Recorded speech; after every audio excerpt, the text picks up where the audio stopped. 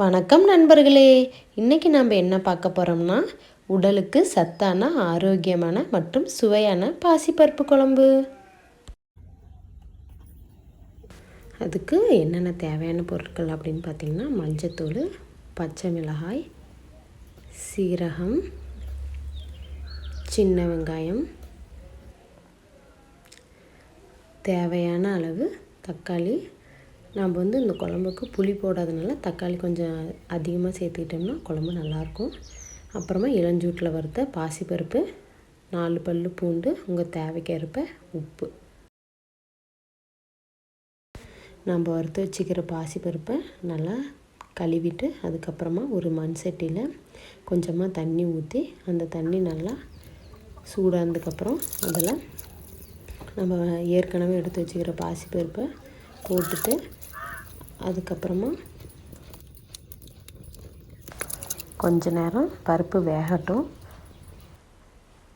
அதுக்கப்புறம் நம்ம ஆல்ரெடி எடுத்து வச்சுக்கிற பொருட்கள்லாம் இதில் சேர்த்துக்கலாம்.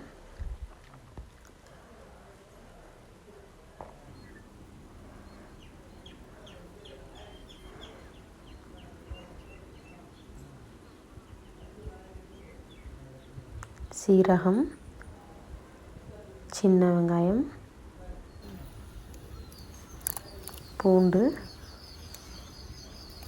தக்காளி பழம், பச்சை மிளகாய், மஞ்சத்தூள், கொஞ்சமாக எண்ணெய் இதெல்லாம் சேர்த்து நல்லா பருப்பு வேகட்டும்.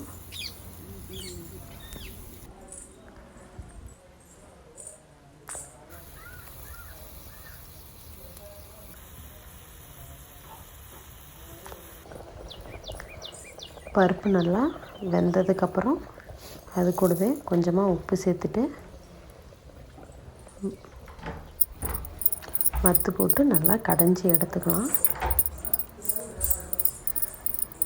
அதுக்கப்புறம் ஒரு கரண்டி வச்சு அதில் கொஞ்சமாக எண்ணெய் விட்டு கடுகு சேர்த்து கடுகு நல்லா பொரிஞ்சதுக்கப்புறம் வெங்காயம், கருவேப்பிலை, வரமிளகா இதெல்லாம் ஆட் பண்ணி குழம்புல ஊற்றிட்டா நம்மளுக்கு ரொம்ப சுவையான பாசிப்பருப்பு.